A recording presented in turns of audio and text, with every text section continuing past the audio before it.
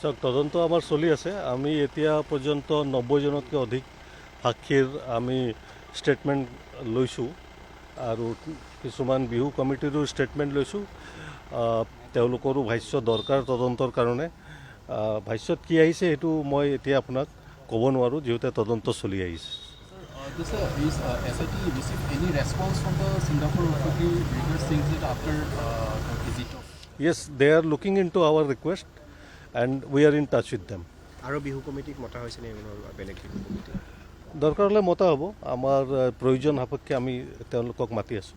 নিশ্চয় আমি সময়মতে আমি তদন্ত প্ৰক্ৰিয়া শেষ কৰিম আৰু আমাৰ তদন্ত প্ৰক্ৰিয়া যিটো আছে সেইটো খুব দ্ৰুতগতিত আমি আগবঢ়াই লৈ গৈ আছোঁ আৰু খুব সময়ৰ ভিতৰত আমি তদন্ত প্ৰক্ৰিয়াটো সম্পূৰ্ণ কৰিম। Definitely we will try to complete the investigation at the earliest possible and we will submit our report to the court at the earliest possible. Sir, in connection with the 19/2025, is any chances by this SIT to arrest the arrested people in fact? 19/2025 case, that is a different case, that is still under investigation and I cannot say anything more than that.